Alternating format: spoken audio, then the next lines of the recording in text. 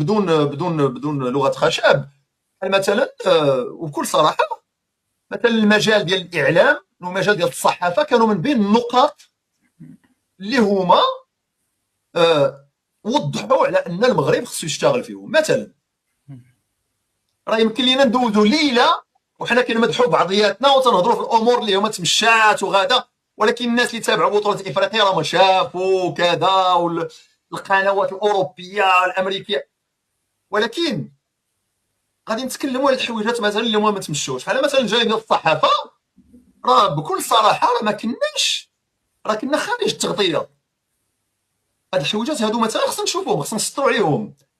كاين مساله اخرى، مثلا المساله ديال الجانب ديال لا بريباراسيون مونطال. الا بغينا نتكلموا على الجانب الرياضي، راه حتى هو واحد الجانب اللي وضح لينا على ان لو فولي ديال لا بريباراسيون مونطال راه كاين شي حاجه ما ممشياش، خصنا نخدموا عليها، خصنا نشتغلوا عليها.